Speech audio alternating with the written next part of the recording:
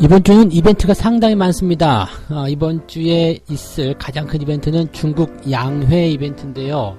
중국의 양회에서 경기 부양책, 또 미중 갈등을 어떻게 해소할 것인가, 이런 것들에 대한 논의들이 나오지 않을까 생각이 되고 있습니다.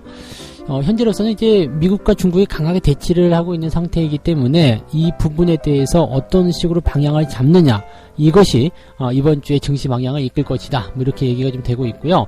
특별하게 악재는 없는 부분들이지만 이 긴장을 하고 있다는 거, 주목을 하고 있다는 거, 이런 내용들인 것 같습니다. 그래서 이번 주 전체적인 전망들, 또 경제 지표들 어떤 것들이 예정이 되어 있는지 알려드리도록 하겠습니다. 추가 집행 자금은 5천억. 무슨 얘기냐면요, 연기금이 지금 추가적으로 매수를 해줘야지 되는 자금이 5천억이라고 합니다. 이것은 이제 그 보유 비중에 따른 그런 매수의 여력들이 남았기 때문인데요. 현재 이제 매수 여력이 5천억 이상, 최소 5천억 이상이 남아있는데도 불구하고 들어올까 말까 계속 고민을 하고 재고 있다라고 합니다. 연기금 왜 이렇게 재고 있는 것인지, 왜 안 들어오는 것인지, 또 들어오긴 들어오는 것인지, 여기에 대해서 알아보도록 하죠. 언택트와 바이오, 요 두 개를 합치면 중소형주가 되죠. 이 중소형주를 기본으로 하는 이 펀드들이 굉장히 요즘에 흥행을 많이 하고 있다고 합니다. 수익률도 굉장히 좋다고 그러고요. 그도 그럴 것이 이제 대체적으로 코스닥 위주의 종목들을 구성하다 보니까 수익성이 크게 발생한다는 내용인데, 여기에 대한 이야기들도 같이 짚어보도록 하겠습니다.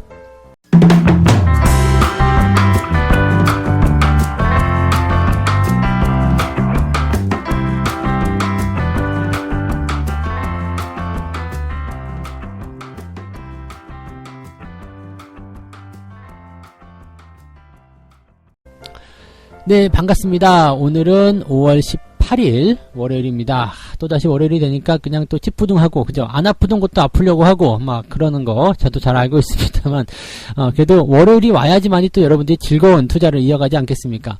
지난주에 일단 시장 분위기가 괜찮게 끝났거든요. 그러다 보니까 전체적으로 분위기 자체가 이번 주에도 좋을 것이다 라는 예상들을 할 수 있게끔 만들고는 있어요. 그런데 문제는 뭐냐면 이제 이번 주에 이벤트들이 만만치가 않고요. 또 한 가지가 지금 갈등의 중심이 될 수 있었던 내용들을 조금 민감하게 파고드는 그런 재료가 나왔다라고 좀 볼 수 있을 것 같거든요. 그래서 이번 주에 가장 우리가 크게 봐야 되는 부분은 뭐냐면, 이제 경제 활동이 이제 재개가 됨에 따른 그 후폭풍, 즉 2차 확산이 일어나느냐 아니냐, 거기에 대한 내용들에 대한 관심이 될 테고요.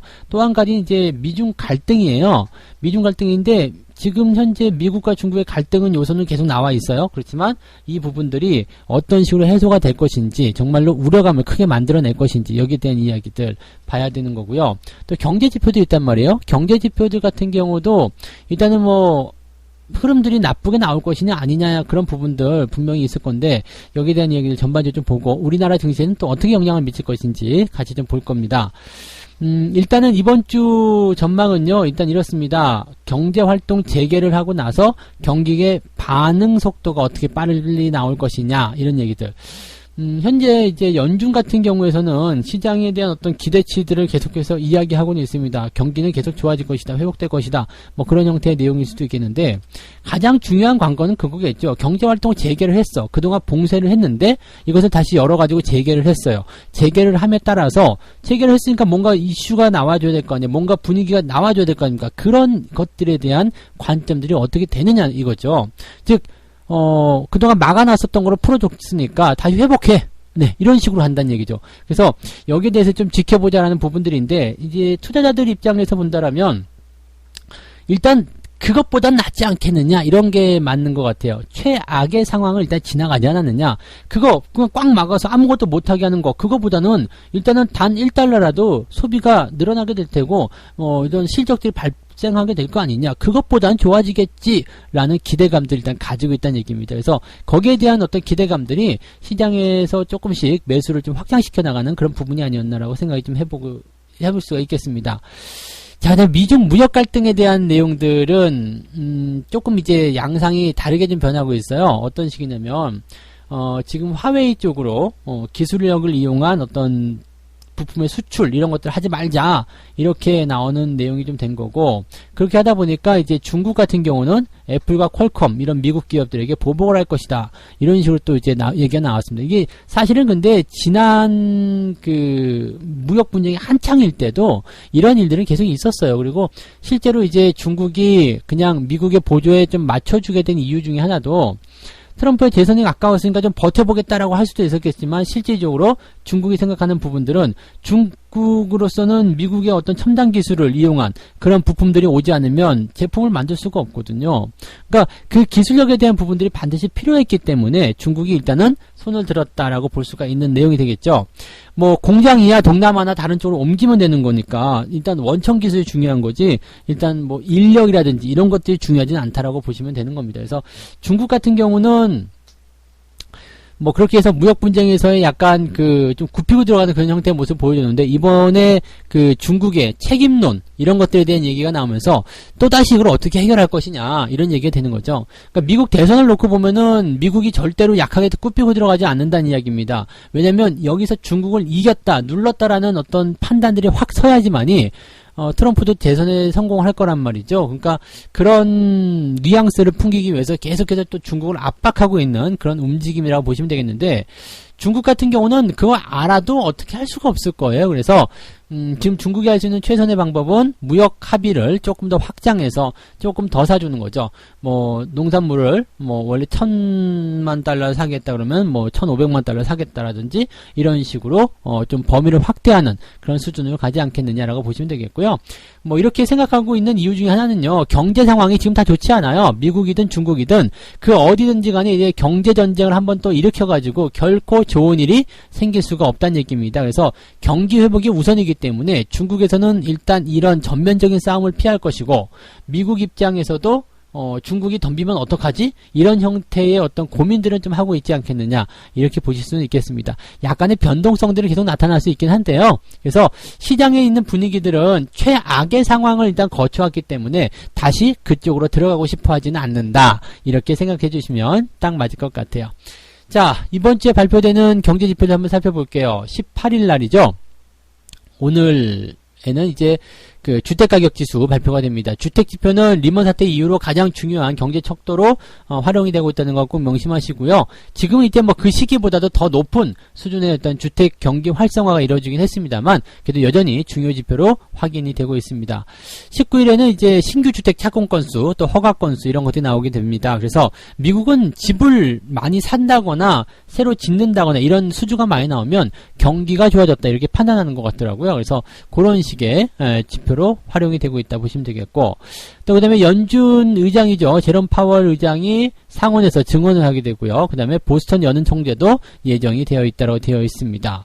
그러니까 실질적으로 보면은 이제 19일날 이 연준 주요 인사들의 경기 전망들 또 한번 들어볼 수 있는 내용이 되지 않겠는가 이렇게 생각이 되고 있습니다. 20일 날에는 이제 FOMC 의사록이 나오죠. 얘네들이 도대체 어떤 주제를 가지고 어떤 식으로 회의를 해서 저런 결과를 만들어냈는가 이런 것들이 될 텐데, 이 의사록을 잘 살펴보시면 향후 전망에 대한 그런 경제적인 키워드가 다 들어가 있어서 상당히 중요합니다. 물론 이제 이 의사록을 친절하게 다 해석해주는 사람은 없겠죠. 영어 잘하시는 분들이 일단은 보실 것을 권장해드립니다. 그래서 이 FOMC 의사록 일단은 요점만 간단하게 우리가 좀 잘 챙겨보시면 좋을 것 같고요. 특별히 나쁜 이야기는 없을 거예요. 상황이 좋지 않지만 극복할 수 있다라든지 그런 쪽의 움직임이 나오지 않았을까 생각이 됩니다. 21일 날은 이제 실업수당 청구 건수 이번에는 얼마나 줄어 있을런지 한번 살펴봐야 되는 부분이 되는 거고요. 만약에 이번 주도 200만 명 이상, 즉 300만 명 가까이 이렇게 나와버리게 된다면 달라지는 게 없는데 라는 어떤 부담감을 좀 느낄 수도 있지 않을까 생각이 좀 듭니다. 그래서 이번에 실업수당 청구 건수는 어쨌건 줄어들어야지 될 것 같다라는 생각을 해볼 수가 있겠고요. 그다음에 뭐 제조업, 서비스업, 뭐 PMI 지표 이런 것도 다 발표가 됩니다. 그래서 시장 경제가 가지고 있는 어떤 경제 지표들은 이번 주 크게 나쁜 거 없습니다. 그냥 잔잔한 움직임일 것 같고요. 월 말 시점이기 때문에 아마도 베팅이 조금 더 강하게 들어오려는 형태의 모습도 있을 거라 생각해요. 그래서 크게 부담을 가지지 않아도 괜찮은 이번 한 주가 되지 않겠는가 이렇게 판단이 되고 있고요. 이번 한 주를 잘 이용을 해서 여러분들이 또 이제 좀 스무스하게 시장을 좀 잘 타고 넘어가셨으면 좋지 않을까 생각이 듭니다. 그래서 우리나라 같은 경우는 이제 그 중국 쪽 눈치를 좀 많이 봐야 된다는 얘기가 듭니다. 경기 부양책이 나올 것이냐 여기에 초점을 좀 맞추고 있죠. 중국 양회 눈치 보는 코스피라고 해서 제목이 나왔는데 코스피가 오르기에는 좀 어렵다. 뭐 이런 전망도 있습니다. 코스피가 오르기 어려운 이유는 외국인들 매도가 많기 때문이다라고 볼 수가 있겠는데, 만약에 이제 이렇게 중국 양회를 통해서 중국의 어떤 경기가 조금 더 활성화된다거나 어떤 산업적인 부분에서 공격적인 그런 마인드를 좀 가지게 된다면 상대적으로 이제 주변국 중에서 중간재를 많이 납품하는 우리나라 입장은 굉장히 큰 수혜가 될 수 있는 상황이 될 수도 있습니다. 그래서 오히려 이제 중국 쪽에서 경기 부양을 통해서 한국 쪽 제품들, 부품들을 많이 사용하려고 한다라면 거기에 따른 또 다른 수혜가 예상될 수 있다라고 판단해 보시면 되겠습니다. 이번 주 전망은요, 일단 중국 양회가 가장 중요한 포인트다라고 보시면 되겠고요. 그 외적인 부분으로는 이제 원래 같았으면 이제 주요 경제 지표들인데 그 지표들이 이제 현재 들어가 있다. 제조업 PMI 지수, 주택 지표, 뭐 FOMC 의사록 등등등 여러 가지가 있는데 그런 것들은 이제 지금은 중국 양회에 꽂혀 있는 상태이다. 왜냐하면 중국 양회의 결과에 따라서 미중 무역 갈등도 해소가 될 것인지 확인이 될 것이고요. 그 다음에 우리나라의 운명도 거기에 조금 달려있다라고 보셔야 되겠죠. 운명이라고 하긴 좀 그렇지만은 그래도 많은 영향을 받는 것은 사실이니까 그렇게 판단해 보시면 될 것 같습니다. 자, 두 번째 이야기 가도록 합니다. 들어올 듯 말 듯 양만 올리는 연기금. 네, 이런 얘기가 있는데, 야, 진짜 연기금 요즘에 보면은요, 하루 샀다 하루 팔았다 뭐 이런 거 계속 나오긴 하는데, 단타성 물량은 아닌 것 같고요. 방향성을 일단은 특별하게 어느 쪽으로 결정을 짓지는 않았어요. 그냥 방어만 하겠다라는 입장들을 가지고 있는데, 지금 이 연기금이요, 추가 매수 여력이 5천억 이상이 된다고 합니다. 무슨 얘기냐면, 최근에 증시가 많이 하락했잖아요. 증시가 하락함에 따라서 보유 중인 종목의 비중이 내려간 거예요. 그러니까 연기금 같은 경우는 내가 이번에 코스피 시장을 100주 사야지, 1000주 사야지, 또는 뭐 1000억 원어치 사야지, 이런 식으로 하는 것이 아니라 비중이라는 것이 있습니다. 국내 주식에는 몇 프로, 해외 주식에는 몇 프로, 채권에는 몇 프로, 이런 비중이 있는데 최근에 주가가 떨어지다 보니까 상대적으로 비중이 낮아져 버린 거죠. 비중이 낮아져 버리니까 어떻게 돼요? 가지고 있는 돈으로 다시 그 비중을 채워 넣으려고 하는 움직임이 나온다. 이렇게 봐주시면 되는 거거든요. 자, 그러면 이 연기금의 자금이 얼마나 남아있는가 한번 보자 이거죠. 지금 국내 주식을 보유할 수 있는 비중 이렇게 보면은 이제 17.3% 정도 돼요. 17.3%. 올해 국내 주식 목표 비중이 17.3%인데 이게 지금 16.6%로 0.7%포인트 정도 하락했다. 그냥 우리가 쉽게 1%포인트라고 칩시다. 1%포인트라고 친다라면 지금 여기 계산이 다 되어 있네요. 네, 737조 5천억으로 전체 포트폴리오 짜고 있는데 만약에 0.7%포인트면 5조 원대에 달하는 금액이다. 그리고 3월 이후에 연기금의 매수 규모가 4조 6천억 정도였기 때문에 앞으로도 5천억 정도의 순매수가 더 들어가야 될 것이다 라고 얘기가 되는 겁니다. 자, 이렇게 연기금이 추가적인 자금을 집행해야 된다라는 포인트가 만들어지게 되면 일단 기본적으로는 지수가 방어가 된다는 입장이기 때문에 상승에 대한 포인트들을 계속 만들어낼 수가 있어요. 긍정적인 분위기가 계속 실어날 수가 있는 모습이 되는 거고요. 또 다른 부분 본다라면은 지금 현재 이제 시장이 상승하는 포인트로 가고 있다 보니까 연기금에서도 약간은 공격적으로 우리도 매매해 볼 테야 이렇게 생각을 좀 할 수 있는 부분도 좀 있어요. 그래서 전술적인 자산 배분 이렇게 해가지고 약간 공격적인 투자도 조금 해봐야 되겠다 뭐 이렇게 생각하시는 그런 분들도 있다라고 생각하시면 되겠습니다. 자, 뭐 어쨌건 시장은 일단 이렇습니다. 연기금이 어떤 방향을 가지고 있는지, 지금 뭐 투자를 더 할 것인지 안 할 것인지, 사실은 뭐 이것은 정해져 있어요. 왜냐면 비중이란 것이 딱 들어가 있기 때문에 주가가 하락한 상태에서는 이 부분을 채워 넣어야 되기 때문에 매수를 더 할 것이다라고 보여지는데, 이제 문제는 이제 이런 매수를 더 진행하는 부분들이 언제쯤 될 것이냐 이거죠. 지금 보면 계속 돈을 들고서 약을 올리고 있다는 얘기예요. 들어갈까 말까 들어갈까 말까. 그것도 공격적으로 들어오는 것도 아니고 살짝 많이 빠졌다 싶으면 조금 들어가고요. 조금 많이 들어가고 또 그냥 괜찮다 싶으면 또 많이 안 들어가고 이런 형태거든요. 그래서 사실 이런 그 국민연금의 이런 밀당 형태의 포인트들은 그렇게 썩 좋지는 않은데요. 그래도 지금 이런 상태에서 주가가 올라가지 않고 계속 횡보가 나가게 된다면 국민연금의 이런 자금 집행에 대한 기대치들은 더욱 높아질 것이다라고 생각하시면 될 것 같습니다. 현재 이제 국민연금이 어쨌든 매수를 해주고 있다는 것 자체만으로도 시장에서는 일단 천군만마를 얻은 그런 지원군의 역할을 해주고 있다라고 생각을 하실 수가 있을 겁니다. 그래서 연기금의 매수 좋은 그런 기대치를 많이 보여주고 있는 거기 때문에 긍정적으로 바라보셔도 좋을 것 같습니다. 자, 세 번째 이야기 가겠습니다. 언택트, 바이오 종목들을 담은 중소형주 펀드 잘 나가네, 네, 쏴라있네, 이런 얘기를 하고 있는 것 같아요. 네, 지금 보면 이제 한 달 새 수익 평균이 13.3%, 인덱스 펀드보다 2배 정도 상승률이 높다. 우리가 장기적으로 볼 때는요, 인덱스 펀드가 무조건 단기 이런 그 중소형 펀드들 무조건 이긴다고 되어 있었잖아요. 그런데 이번에는 종목 선정에 대한 부분들이 잘 들어간 부분도 있었을 테지만 이게 시장이 올라가는 과정에 있다 보니까 중소형주 쪽으로 재료만 쏠리게 되면 팡팡 튀어나가는 그런 형태가 만들어졌다고 인정을 하셔야 되는 것이 맞는 것 같습니다. 그래서 지금 현재 상태로 본다라면 네, 이게 인덱스보다는 액티브형, 즉 공격적으로 투자하는 포인트들이 조금 더 유리하다라고 말씀을 좀 드릴 수가 있는 거죠. 다만 이제 이런 공격적인 포인트들 이런 것들이 증시를 계속 활성화시킬 것이냐는 미지수예요. 네, 왜냐면 그 중소형주 쪽에서의 이런 주가 상승률은요 제한적인 부분이 있습니다. 무슨 얘기냐면 이 시총과 관계되는 부분들이 많지가 않아요. 즉 삼성전자가 한번 움직이면 한 20% 정도의 시총 관여율이 되는데 그냥 조그만 종목들이 있잖아요. 그런 종목들이 움직였어. 30% 상한가를 갔어. 그렇다고 하더라도 시장은 그다지 감흥이 없다는 이야기죠. 종목당 수익률은 높을지 모르지만 시장의 수익률은 그렇게 크지가 않다. 이렇게 말씀을 드릴 수도 있는 겁니다. 그래서 지금 현재 이제 중소형주 펀드들이 잘 나가고 있기 때문에 여기에 대해서 이제 중소형 펀드를 지금 사야 한다. 가입을 해야 된다. 이렇게 말씀드리는 것이 아니라 중소형 펀드가 잘 가고 있다는 것은 중소형 관련주들이 잘 움직이고 있다는 겁니다. 그래서 지금 늘 말씀드린 내용이지만 그 시장에 대한 관점을 볼 때 대형주 또 지수 관련주 이런 식으로 보는 것이 아니라 중소형주, 재료, 테마 이렇게 약간은 단기성 부분이 섞여 있는 이런 매매들을 지금 현재 하시는 것이 좋다라고 이야기를 해드릴 수가 있는 거겠죠. 그래서 그런 내용들 참고해 주시면 좋겠고요. 자, 이런 상황 속에서는 일단 언택트, 비대면 관련한 종목들 굉장히 강하게 올라가는 모습이다. 이렇게 말씀을 좀 드려볼 수가 있을 것 같습니다. 언택트하고 이제 바이오 종목들 같은 경우는 이제 이 백신이나 치료제 이런 쪽으로 많이 특화가 되고 있는 상황이기 때문에 거기에서 이제 분위기들이 좀 형성되는 것 같더라고요. 그래서 그런 정도까지만 봐주시면 되겠고요.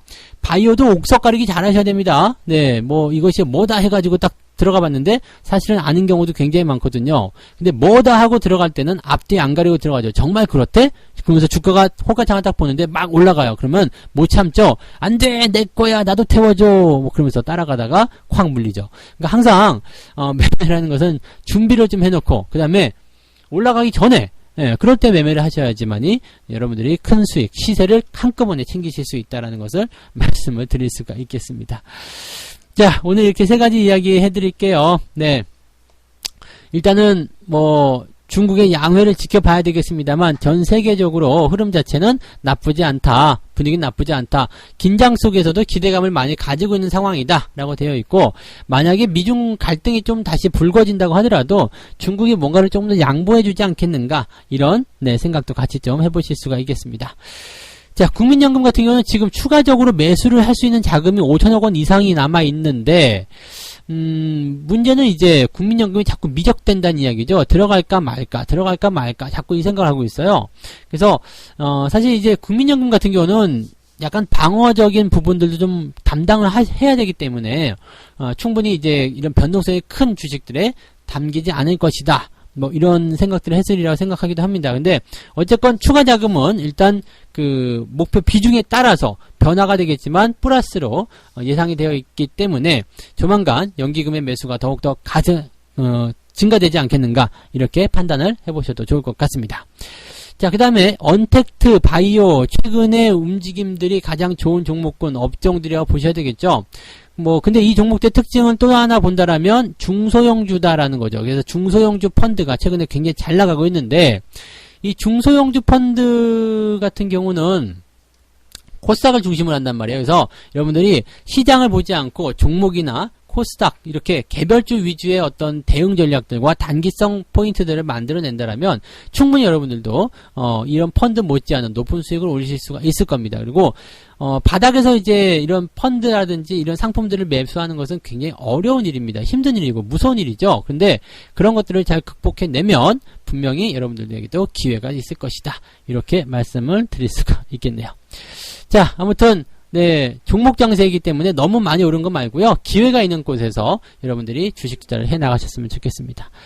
자, 오늘 여기까지 하고요. 책 한 꼭지 읽고 마무리하도록 하겠습니다. 투자 비즈니스와 같이 늘 역동적으로 움직이는 분야에선 사실상 학습 곡선의 끝이 존재하지 않는다. 이것이 바로 주식시장의 희망적 요소이자 절망적 부분이기도 하다. 많은 전문가를 동원하는 일이 얼마든지 가능하지만 투자자로서 정말 알고 싶은 것 또는 내일, 내주, 다음 주, 내년 또는 이제 단 몇 시간 후 이런 주식시장을 정확하게 예측할 수 있는 사람은 아무도 없다라고 되어 있습니다. 그러니까 이건 뭐냐면요.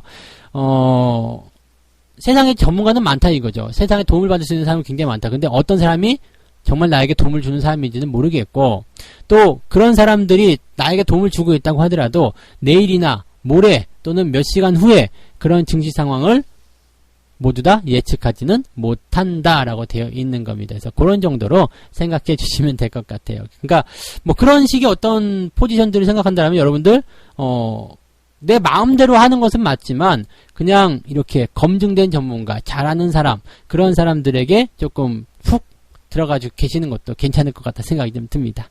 자, 여기까지 하고요. 이번 주도 여러분들 힘차게 출발하셔서 성공 투자하시기 바라고요. 오늘은 월요일이지만 분위기 그렇게 나쁘지는 않을 거라고 생각합니다. 그래서 긍정적 마인드로 시장을 바라보셨으면 좋겠습니다. 저는 다음 시간에 다시 올게요. 고맙습니다.